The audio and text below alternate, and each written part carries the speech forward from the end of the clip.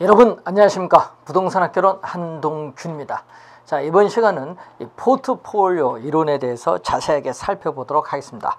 자, 여러분 교재 152페이지인데 이 포트폴리오 이론 같은 경우는 작년 시험에 우리가 두 문제가 출제됐죠. 이 포트폴리오 기대 수익률 계산하는 문제, 포트폴리오 내용 전반적인 묻는 문제 해서 두 문제 출제됐는데 우선 또 원래 한 문제는 우선 출제가 또 예상되는 또 상당히 중요한 부분이겠죠. 또 확인을 또 해두셔야 되겠습니다. 자, 포트폴리오 이론 관련해서 자 152페이지에 체계적 위험과 비체계적 위험이 나오고 있습니다. 자, 이게 포트폴리오에 따르는 위험이죠. 자, 이 포트폴리오에 따르는 위험. 자, 이 포트폴리오를 구성하는 자산의 수죠. 자, 이 포트폴리오를 우리가 구성하는 자산의 수가 이렇게 주어졌습니다. 자, 이때 이런 형태의 그림이 지금 나오고 있는데 포트폴리오를 구성하는 자산의 수가 적습니다. 자, 이렇게 포트폴리오를 구성하는 자산의 수가 적을 때 이게 바로 총위험이죠. 자, 이 포트폴리오에 따르는 총위험이 이렇게 상당히 높게 나타나죠. 자, 그러면은 이 총위험은 이 체계적 위험과 비체계적 위험의 합으로 구성되어 있다. 이 총위험은 이 체계적 위험과 비체계적 위험의 합으로 구성되어 있는데 이때 이 크기가 바로 비체계적 위험을 말하죠. 자, 이 비체계적 위험은 우리가 개별적인 부동산의 특성으로부터 야기되는 위험입니다. 따라서 이 개별 위험이죠. 개별 위험입니다. 자, 그렇기 때문에 투자 대상을 다양화하여 분산 투자를 함으로써 제거할 수 있다. 그래서 비체계적 위험을 분산 가능한 위험 또는 피할 수 있는 위험이라고 하죠. 피할 수 있는 위험. 자, 이 비가 오면 우산을 쓰면 비를 피할 수 있다. 자, 하나는 정확하게 기억을 해 두셔야 됩니다. 비체계적 위험은 피할 수 있는 위험을 얘기하겠죠. 자, 이것은 바로 체계적 위험을 얘기하죠. 자, 이 시장의 힘에 의해서 우리가 야기되는 위험입니다. 자, 시장의 힘에 의해서 야기되는 위험이기 때문에 시장 위험을 의미하죠. 인플레이션이 발생하거나 부동산 경기가 침체하거나 또는 금리가 변동하면은 시장에 존재하는 모든 부동산에 다 영향을 미치기 때문에 피할 수 없습니다. 그래서 이 체계적 위험은 피할 수 없는 위험이다. 자, 체계적 위험은 피할 수 없는 위험, 비체계적 위험은 피할 수 있는 위험. 반드시 구별을 잘 해두셔야 되는 내용이 되겠죠. 자, 그러면은 우선 용어를 정확하게 이해를 해두시고 작년 시험에서도 여기서 정답을 물었죠. 체계적, 비체계적 위험 주의해 두시고 자, 이 포트폴리오를 구성하는 자산의 수가 많으면 많을수록 이 통계적으로 이 비체계적 위험은 점점 줄어들죠. 그래서 여기까지 가면은 비체계적 위험은 완전히 제거되고 뭐만 남죠? 뭐만 남아요? 체계적 또 위험만 남네요. 체계적 위험은 우리가 포트폴리오를 잘 구성하여도 제거할 수 없습니다. 그래서 비체계적 위험은 0까지 줄일 수 있죠. 완전히 제거가 가능하지만은 이 체계적 위험은 포트폴리오를 구성하는 자산의 수를 아무리 많게 하여도 제거할 수 없다. 꼭 기억을 해 두셔야 되는 내용이죠. 상당히 중요한 용어입니다. 잘 알아두셔야 되겠고요. 자, 여러분 교재 포트폴리오에 따르는 위험 밑에서 네 번째 보시면은 자, 이 포트폴리오를 구성하는 자산의 수가 많을수록 이 통계학적으로 비체계적 위험은 제거가 된다는 그러한 내용이 되겠죠. 자, 그 용어 포트폴리오 효과란 용어죠. 이 포트폴리오 효과는 위험 분산 효과인데 이 투자 자금을 여러 자산에 나누어 분산 투자함으로써 위험을 줄이는 효과죠. 위험을 줄이는 효과를 포트폴리오 효과, 위험 분산 효과다 이런 얘기고요. 153페이지 위에서 세 번째 보시면은 포트폴리오 관리라는 것은 이 투자 자금을 단순히 여러 자산에 나누어 분산 투자하는 것만을 의미하는 것이 아니라는 거죠. 분산 투자에 따르는 위험과 수익을 통계적으로 분석을 해서 비체계적 위험을 제거하고 최선의 결과를 가져다 줄 수 있는 포트폴리오를 선택하는 것을 포트폴리오 관리라는 용어를 사용을 했습니다. 자, 우선 그런 내용을 확인해 보시기 바라고요.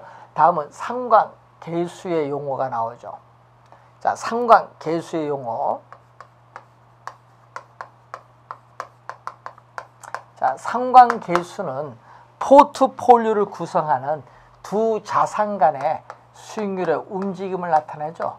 자, 이 포트폴리오를 구성하고 있는 두 자산 간의 수익률의 움직임. 수익률의 움직임, 변동을 측정하는 지표죠. 자, 이 포트폴리오를 구성하고 있는 두 자산 간의 수익률의 움직임, 변동을 측정하는 지표를 우리는 상관계수입니다. 그래서 시험 문제에 수익률의 움직임, 변동이라는 용어가 나오면은 상관계수와 관련이 있다는 그러한 내용이 되겠죠. 자, 이때 상관계수가 마이너스 1에서 플러스 1 사이에 있는데 이때 상관계수가 마이너스 1이다. 마이너스 1일 때를 앞에 완전한 음의 상관관계라고 하죠. 완전한 마이너스의 상관관계인데, 자, 이때 완전한 음의 상관관계일 때는 포트폴리오를 구성하는 자산의 구성 비율을 조정을 하면은 우리가 비체계적 위험은 완전히 제거할 수 있다. 즉 비체계적 위험을 0까지 줄일 수 있다. 이 내용이 되겠죠. 자, 그리고 상관계수가 플러스 1일 때는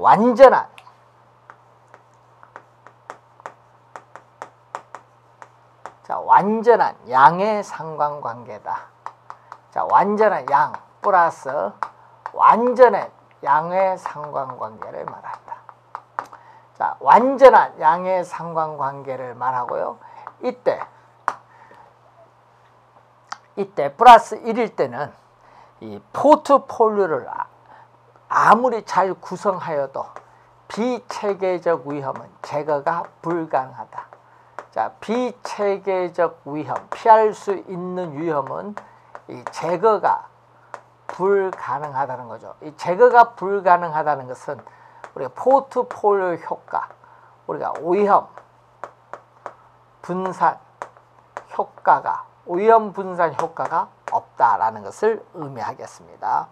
자, 그래서 우리가 상관계수의 값은 마이너스 1일 때 비체계적 위험은 완전히 제거되니까 마이너스 1에 가까이 가면 갈수록 포트폴리오에 따르는 위험이 점점 줄어들기 때문에 포트폴리오 효과는 크게 나타나겠고, 우리가 반대로 상관계수가 플러스 1로 가까이 갈수록 비체계적 위험은 플러스 1로 가까이 갈수록 제거하는 게 점점 줄어들기 때문에 포트폴리오 효과는 작죠. 포트폴리오에 따르는 위험은 높아지면서 포트폴리오 효과는 작아진다는 것을 여러분이 이해를 해 두시면 되겠습니다. 이때 이 상관계수의 값이 마이너스다. 상관계수의 값이 마이너스라는 것은 이 두 자산 간의 수익률의 움직임이 우리가 서로 반대로 변동하죠. 서로 반대로 변동한다. 즉 한 자산의 수익률의 증가한다. 여러분, 한 자산의 수익률이 증가하면은 다른 자산의 수익률은 감소한다. 이렇게 반대로 변동하면 상관계수의 값은 마이너스로 가고요. 자, 이 상관계수의 값이 상관계 수익값이 플러스가 된다. 플러스가 된다는 것은 이 수익률에 있어서의 이 움직임, 이 수익률의 움직임이 같은 방향으로 변동한다. 예? 서로 동일한 같은 방향으로 변동을 합니다. 예? 그래서 한 자산의 수익률이 증가하면은 다른 자산의 수익률도 증가하죠. 이런 경우에는 우리가 상관계 수익 값이 플러스인 값이 나온다라는 그러한 내용이죠. 자, 상관계 수익 관련된 개념 우선 설명을 했고요. 자, 포트폴리오 기대 수익률. 자, 작년, 재작년 24회, 25회 시험 영서 표를 이용한 계산 문제를 출제하고 있죠. 자, 포트폴리오 기대 수익률은 포트폴리오를 구성하고 있는 각 개별 자산의 이 수익률에 어떻게 돼? 이 상대적 투자 비중을 곱하여 다 더해주면은 우리가 포트폴리오 기대 수익률을 구할 수 있습니다.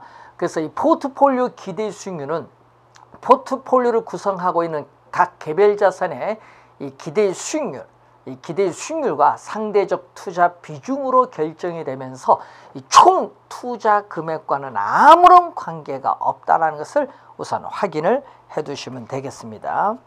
자, 153페이지에 보시면은 우선은 최적 포트폴리오 선택과 관련해서 이 기대 수익률 위험 평면이 나오죠. 이 기대 수익률 위험 평면에서 이렇게 올라가죠. 이게 바로 우리는 효율적 프론티어. 자, 효율적 우리가 프론티어라고 하죠. 효율적 프론티어 또는 효율적 전선이라고 번역을 합니다. 효율적 프론티어, 효율적 전선인데 효율적 프론티어는 오른쪽 위로 올라가죠. 우상향하고 있다. 오른쪽 위로 올라가고 있습니다. 자, 예를 들어서 여러분 이 효율적 프론티어 오른쪽 이 영역은 선택이 가능한 영역이고 이 왼쪽 영역은 선택이 불가능한 영역인데, 자, 여기서 R2라는 동일한 유형에서 무수히 많은 포트폴리오를 선택할 수 있는데, 이 점이 이 주어진 R2라는 동일한 유형에서 최고의 기대 수익률을 나타내는 포트폴리오고, 이 점 위에는 선택이 불가능하다는 얘기죠. 자, 이 점을 우리가 F라고 한다면은, 자, 이때 이 점을 G라고 한다. 자, 이렇게 뭐가 되죠? 이 위험이 동일할 때는 기대 수익률이 낮은 G보다 기대 수익률이 높은 F를 선택하죠. 이때 F가 이 G를 지배를 합니다. 평균 분산의 지배의 원리에서. 자, 그러면 또 이렇게 주어졌을 때는 이건 선택이 불가능하죠. 점선은. 이때 이 점을 H라 하면은 이렇게 기대 수익률이 동일할 때는 위험이 높은 H보다는 위험이 낮은 F를 지배의 원리에 따라 선택을 하는데, 이 점을 평균 분산의 지배의 원리를 만족시키는 포트폴리오인데, 이 포트폴리오를 우린 전문용어로 효율적 포트폴리오라고 한다. 이 효율적 포트폴리오, 이 평균 분산의 지배의 원리를 만족시키는 포트폴리오죠. 자, 이 평균 분산의 지배의 원리를 만족시키는 이 효율적 포트폴리오를 이렇게 연결한 곡선을 효율적 프론티어다. 즉, 다시 말하면은 주어진 동일한 위험에서 이 최고의 기대 수익률을 나타내는 이 포트폴리오를 연결한 곡선을 말합니다. 자, 이 효율적 전선이 우상향하는 이유가 뭘까? 자, 우상향하는 이유는 주어진 동일한 위험에서 이 최고의 기대 수익률을 나타내는 포트폴리오인데, 이 수익률보다 더 높은 기대 수익률을 얻기 위해서는 R2라는 위험에서는 얻을 수 없어. 위험을 더 부담을 해야 얻을 수 있는 거죠. 그래서 여러분, 위험이 높을수록 더 높은 기대 수익률을 얻을 수 있거든요. 그렇기 때문에 효율적 전선은 우상향할 수밖에 없다. 그 내용입니다. 자, 그런 의미를 확인해 두시면 되겠고, 자, 이때 요 곡선을 투자자의 위험에 대한 태도, 자, 여러분 투자자에 대한 위험에 대한 태도를 나타내는 이 곡선이 바로 뭐죠? 우리는 무차별 곡선입니다. 자, 이 투자자의 위험에 대한 태도를 나타내는 위험 회피적 투자자의 무차별 곡선입니다. 자, 이 포트폴리오 이론은 위험 회피적 투자자를 전제로 하고 있습니다. 그리고 기대 효용의 극대화를 추구하고 있다고 가정하고 있죠. 자, 이 무차별 곡선은 이 투자자에게 똑같은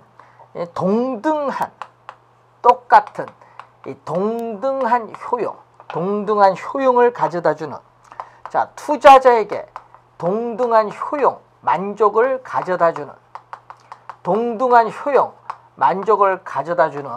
위험과 이 기대 수익률의 조합을 연결한 곡선이죠. 자, 위험과 이 기대 수익률에 있어서의 조합을 우리가 연결한 곡선이다. 투자자에게 동등한 똑같은 효용, 만족을 가져다주는 위험과 기대 수익률의 조합을 연결한 곡선인데, 자, 무차별 곡선은 이렇게 우상향을 하는데 위험에 대해서 볼록하다는 얘기죠. 자, 그러면은 예를 들어서 이 점 A점이나 이 B점이나 이 C점이나 뭐 만족은 다 똑같겠죠. 자, 여러분이 A점이나 B점이나 C점이나 만족은 다 똑같은데 뭐가 다르죠? 이렇게 위험과 기대 수익률의 조합이 다 다르죠. 그렇지만은 위험과 기대 수익률의 조합은 다르지만은 이 A나 B나 C나 만족은 다 투자자에게 똑같아요. 그런데 A, B, C는 이 효율적 전선 왼쪽에 있기 때문에 선택이 불가능하죠. 자, 이 점을 우리가 I점, 이 점을 M점, 이 점을 N점이라 하면은, 자, 우선 한번 볼까요? 이 위험이 R1이다. 자, 여러분이 R1이라는 동일한 위험에서 무차별 곡선이 밑에 있을 때는 기대 수익률이라는 거죠. 요거고, 무차별 곡선이 위로 올라갈수록 기대 수익률이 높네요. 그래서 주어진 동일한 위험에서 무차별 곡선이 밑에 있는 것보다 위로 올라갈수록 기대 수익률이 높기 때문에 투자자의 만족 효용 수준도 밑에 있는 것보다 위로 올라갈수록 높아진다는 것을 알 수 있습니다. 자, 그런데 투자자는 M이나 N을 선택하기보다, 여러분 M과 I, N은 전부 효율적 전선상에 있는 효율적 포트폴리오입니다. 그렇지만은 우리는 투자자는 M과 N을 선택하지 않고 I를 선택한다. 왜냐? M과 N을 지나는 무차별 곡선이 I를 지나는 무차별 곡선보다 밑에 있기 때문에 투자자의 만족이 낮아서 그래요. 그래서 우리는 이 효율적 포트폴리오 상 중에서 투자자의 만족을 가장 극대화시키는 점은 유일하게 이 점 하나밖에 없는데, 이 점을 우리는 최적 포트폴리오다. 자, 그래서 이 최적 포트폴리오라는 것은 투자자의 무차별 곡선과 효율적 전선이 접하는 점. 여러분, M과 N은 만나는 점입니다. 만나는 점 하면 안 돼요. 접하는 접점에서 우리는 달성된다고 볼 수 있다. 접하는 접점에서 달성된다고 볼 수 있는데, 자, 이렇게 무차별 곡선의 기울기가 급한 것은 우리가 위험 회피형 투자자 중 보수적 투자자의 무차별 곡선이고, 이렇게 무차별 곡선의 기울기가 완만한 것은 이 위험 회피적 투자자 중 이 공격적 투자자의 무차별 곡선이죠. 자, 이 보수적 투자자의 최적 포트폴리오는 I점, 공격적 투자자의 최적 포트폴리오는 F점이죠. 자, 이렇게 한 투자자에게 최적인 포트폴리오가 다른 투자자에게는 최적이 아닐 수도 있죠. 그 이유는 투자자마다 위험에 대한 태도를 나타내는 무차별 곡선이 서로 다르기 때문에 그렇습니다. 자, 이 관련된 내용이죠. 지금 무차별 곡선의 개념, 효율적 프론티어 전선의 개념, 그리고 최적 포트폴리오가 어느 점에서 달성되느냐, 투자자의 무차별 곡선과 효율적 프론티어 전선이 접하는 점에서 최적 포트폴리오가 달성된다. 기억을 해 두시기 바라고, 작년 시험에 우리가 정답 나온 게 바로 154페이지 밑에서 두 번째가 있죠. 자, 부동산은 우리가 위치가 고정되어 있을지라도 부동산의 위치라든지 용도라든지 가격에 따라서 부동산도 다양하게 우리가 포트폴리오를 구성할 수 있다. 그래서 여러분 작년 여기서 우리가 또 출제를 했었습니다. 잘 확인해 두시기 바라고요. 자, 155페이지로 가서 우리 현금 수지 분석, 현금 수지를 현금 수입과 현금 지출을 줄여서 현금 수지라고 하는데, 자, 부동산을 취득을 하는데 총 투자한 자본 있죠. 자, 부동산을 취득을 하는데 총 투자한 자본은 두 가지로 구성되어 있죠. 하나는 자기 자본, 이 지분과 뭘로 구성됐어요? 타인 자본, 이 금융기관의 대출금으로 구성되어 있죠. 이 자기 자본과 타인 자본으로 구성된데, 이 총 투자한 자본을 취득을 해서 부동산을 취득을 했어요.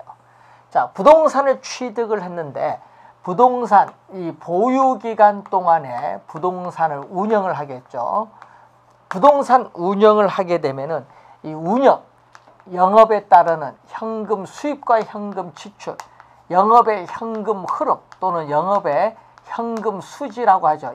현금 흐름은 현금 수지와 같은 말인데, 이 영업의 현금 흐름, 이 현금 수지를 계산을 해야 돼요.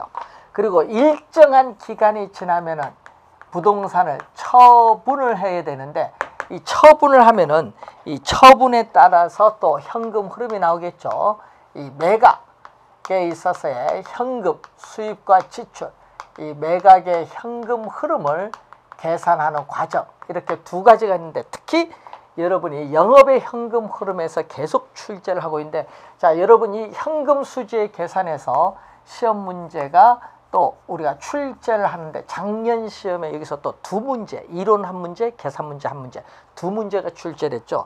자, 시험 문제 또 출제가 되는 상당히 우리가 중요한 부분입니다. 원래 계산 문제가 출제가 예상되죠. 잘 확인을 해 두셔야 됩니다. 영업의 현금 흐름 계산 상당히 중요합니다. 잘 알아두셔야 될 부분인데, 자, 우선은 단위당. 자, 단위는 1제곱미터일 수도 있고 한 실일 수도 있고 한 호일 수도 있어요. 이 단위당 예상되는, 자, 이 단위당 우리가 예상되는 연간 임대료 계산은 항상 연간 계산합니다. 그럼 월 임대료가 주어지면은 12개월을 곱해주면 되겠죠. 자, 이 단위당 예상되는 연간 임대료다. 자, 예를 들어서 우리가 한 실당 1,000만 원이다. 자, 한 실당 우리가 연간 1,000만 원의 임대료가 발생하죠. 여기다가 우리가 임대 단위수를 곱해주면 되는데, 자, 임대 단위수가 이 30실이다 하면 얼마가 되죠? 30실이면 얼마? 연간 한 실당 1,000만 원이니까 30실이면 얼마가 돼요? 예? 30실은 3억 되겠죠. 3억이 이렇게 나오겠잖아요. 이 3억이 바로 임대 단위수를 100% 완전히 임대되었을 때 얻을 수 있는 최대한의 임대료 수입, 이 최대한의 임대료 수입을 우리는 가능조소득이라고 해요. 가능조소득. 자, 여러분 이때 이 조를 우리는 뭐라고 하냐? 총이라고 하죠. 그로스, 총. 가능조소득 또는 가능총소득 또는 포텐셜, 포텐셜 그로스 인컴이죠. 포텐셜은 잠재라고 번역을 하기도 하죠. 잠재 총소득이라고 해요. 가능조소득, 가능총소득 또는 잠재 총소득의 개념이죠. 이 최대한의 임대료 수입을 얘기합니다. 자, 여기서 100% 완전히 임대되기 없죠. 임대되기가 어렵습니다. 이 전체 임대 면적 중 임대되지 않은 면적의 비율인 공실이 나타날 수 있죠. 또 임차인이 임대인에게 임대료를 지불하지 못하는 경우를 불량부채죠. 이 불량부채라는 것은 결국은 회수가 불가능한 임대료 수입인데, 이것을 공제해 주죠. 그리고 또 기타 소득 더해준다. 이 기타 소득은 영업외 우리가 소득에 영업외에 발생하는 소득 수입을 얘기하죠. 자, 영업의 수입을 얘기하는데 뭐가 있어요? 대표적으로 우리 자판기 수입, 건물의 주차료 수입 등을 예를 들어 볼 수 있죠. 자, 요걸 해주면은 이 공실을 감안한 실질적인 임대료 수입인 유효 또 조소득 또는 유효 총소득이죠. 자, 이 유효 조소득에서 또 뭐를 빼냐? 부동산을 운영하고 유지하는 데 드는 비용인 영업 경비를 공제를 하죠. 자, 영업경비는 부동산 보유에서의 재산세, 재산세라든지 이 소멸성 보험료인 건물에 있어서의 화재 보험료, 그리고 각종 우리가 부담금, 또 각종 수수료, 유지비, 관리비, 수선비 라든지 또 관리, 부동산 관리 회사에 대한 관리가 이루어질 경우는 관리인에 대한 봉급 뭐 이런 것은 다 포함이 되겠죠. 자, 그런데 영업경비에 포함 안 되는 게 있겠죠. 뭐가 포함 안 되죠? 우리가 부동산 자체에 있어서의 감가상각비라든지 이 소유자 봉급이라든지 이 개인적인 업무비 이런 것은 영업경비에 포함되지 않는다 이런 얘기죠. 자, 영업경비에 포함되는 부분, 포함되지 않는 부분 잘 기억을 해 두셔야 되겠고, 자, 영업경비를 공제해 주면은 순영업소득, 자, 순영업소득을 순수익 또는 순소득이라고 해. 순영업소득을 순수익 또는 순소득인데, 자, 순소득에서 이제 뭐를 빼느냐? 이 타인 자본, 여러분 타인 자본을 이용해서 부동산을 취득하면은 이 타인 자본에 대해서 우리가 매 기간 갚아 나가야 될 원리금 상환액, 부채 서비스액을 공제를 해줘야겠죠. 부채 서비스액, 원리금 상환액을 공제를 해주죠. 자, 원리금 상환액을 공제해주면은 이 세금을 납부하기 전 세전 현금 수지가 나오죠. 이 세전 현금 수지 또는 세전 현금 흐름이라고 하는데, 자, 이게 나오죠. 세금을 납부하기 전, 이때 세는 부동산 영업에 따르는 소득세를 얘기했죠. 이 소득세를 납부하고 나면은 세후가 되겠네요. 세후 현금 수지 또는 세후 현금 흐름이 나오죠. 세후 현금 수지, 세후 현금 흐름이 나옵니다. 자, 여러분이 여기서 조 두 개 있고, 여기 순 있고요. 세전에 전자 따고요. 세후에 후를 따서 여러분이 조는 여기서 가능조소득, 유효조소득 두 가지가 있거든요. 그 다음에 여기 뭘 따죠? 순은 순영업소득이고, 자, 여기서 세전에서 전자 따오고 세후에서 후를 따오면 되겠죠. 그래서 조순전후 꼭 기억해야 됩니다. 조순전후. 조는 가능조소득, 유효조소득 두 가지가 있고요. 수는 순영업소득 줄임말, 전은 세전현금수지 줄임말, 후는 세후현금수지 줄임말인데, 조순전후는 빨간 겁니다. 이 빨간 거는 바로 뭐죠? 돈이 들어오는 현금 수입이다. 돈이 들어오는 현금 수입은 지금 빨간 걸로 표현됐죠. 조순전후는 돈이 들어오는 현금 수입 되겠죠?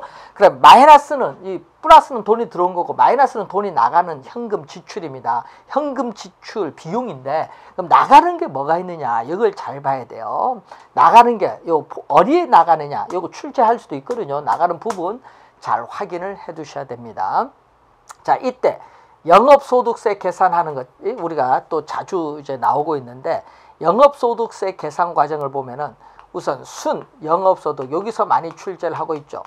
자, 순영업소득에서, 자, 여러분 임대용 아파트에 대해서 10년이 지나서 이 주방용 기구를 교체하는데 우리가 적립을 하게 되겠죠. 그것을 우리는 대체충당금이라고 하는데, 대체충당금은 플러스 세금 공제 대상이 되지 않는다. 자, 대체충당금의 이 플러스는 세금 공제 대상이 되지 않는 거고요. 이 마이너스는 세금 공제 대상이 되는 건데, 자, 여러분이 원리금 상환액 중 이자 지급액은 어떻게 돼? 세금 공제 대상이 되고, 그리고 또 감가상각액에 대해서도 세금 공제 대상이 되는 거죠.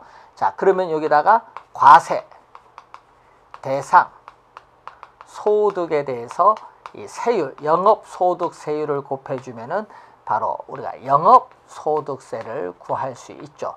자, 그럼 이 영업소득세를 구하면 이 영업소득세를 어디에? 여기에 대입시켜주면은 우리가 구할 수 있는 부분입니다. 자, 순영업소득 구하는 요것을 계속 우리가 출제를 한 거죠. 요 수식을 작년에도 출제했죠. 25회 시험, 23회 시험에도 출제했는데 이걸 계속 출제를 하는 겁니다. 자, 그런데 문제는 이 18회 시험이라든지 20회 시험, 23회, 25회 시험에서는 요 수식과 요걸 두 개 같이 이용하는 문제를 냈거든요. 그래서 잘 알아두시고, 자, 그리고 15회, 20회 시험은 요걸 출제했었죠. 자, 15회, 20회 시험은 요걸 출제했었죠. 자, 이 처분한다고 예상했을 경우에 매도 가격 또는 총 매각 대금이죠. 매도 가격 또는 총 매각에 따르는 대금입니다. 자, 여기서 부동산에 대해 매도하는 데 드는 비용, 매도 경비, 예를 들어서 중개 수수료 라든지 또는 법적 수속에 따르는 비용, 매도 경비를 공제해 주면은 순 매도액이 나오는데 이 순 매도액에서 뭐를 빼주냐? 우리는 중도에 처분을 할 때는 미상환된 원금을 한꺼번에 갚아야 돼요. 미상환 저당 잔금. 자, 미상환 저당 잔금은 미상환된 원금인데 이 미상환된 원금은 이 대출금에 뭐를 곱해주면 돼?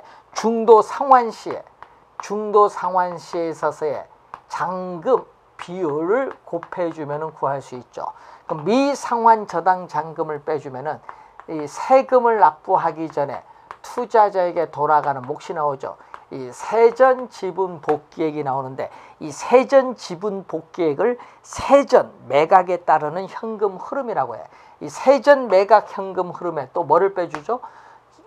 우리는 부동산 가격 상승에 따른 이득을 자본 이득인데 여기다가 세금을 납부해야겠죠. 이 자본 이득세를 우리는 양도소득세, 우리나라에서는 양도소득세를 납부하면은 이 세금을 납부했으니까 세후 투자자에게 돌아가는 목, 세후 지분 복귀액을 구할 수 있죠. 이 세후 매각에 따른 현금 흐름을 이렇게 구할 수 있습니다. 자, 15회, 20회 시험은 요 내용을 출제했는데 하여튼 여러분 시험에 매년 출제되는 거 요 수식이죠. 그래서 요 수식에서 출제가 또 예상되는 부분이니까 잘 확인을 해 두셔야 되는 그러한 내용이 되겠습니다. 자, 잘 확인을 해 두시기 바라고요. 또 여러분 영업소득세 계산 과정 요것 말고도 또 하나 있죠. 뭐가 있어요? 순영업소득이 아니라 세전현금 수지로부터 시행되는 게 있죠. 이 시작 세전현금 수지에서 또 대체충당금은 세금 공제의 대상이 되지 않는데, 자, 여기서 앞에 원리금 상환액을 공제해 버렸기 때문에 원금 상환액은 세금 공제의 대상이 되지 않거든요. 그래서 여러분이 순영업소득이 아니라 세전현금 수지부터 출발했기 때문에 여기서 원리금 상환 공제한 것 중에서 원금 상환액은 공제 대상이 되지 않습니다. 원금 상환액은 세금 공제 대상이 되지 않고 뭐만 공제 대상이 된다? 감가상각액만 공제 대상이 돼요. 자, 감가상각액만 세금 공제의 대상이 되고 있다는 걸 여러분이 기억을 해 두시고, 자, 이렇게 빼주면은 이게 과세 대상 소득이죠. 과세 대상 소득에 또 세율을 곱해주면은 또 영업 소득세를 구할 수 있는데, 자, 여러분이 이렇게 구하는 방법이 하나 이렇게 있는데 시험에는 계속 요 왼쪽 수식을 계속 출제했다는 것을 기억을 해 두시면 되겠습니다. 자, 26회 올해 시험에도 여기서 출제가 예상되는 부분이 되겠습니다. 잘 확인을 해 두시면 되겠습니다. 자, 이렇게 해서 여러분 교재 158페이지 우리가까지 설명했고 158페이지 부동산 투자 분석 기법부터는 우리가 다음 시간에 강의를 계속하도록 하겠습니다. 수고 많으셨습니다.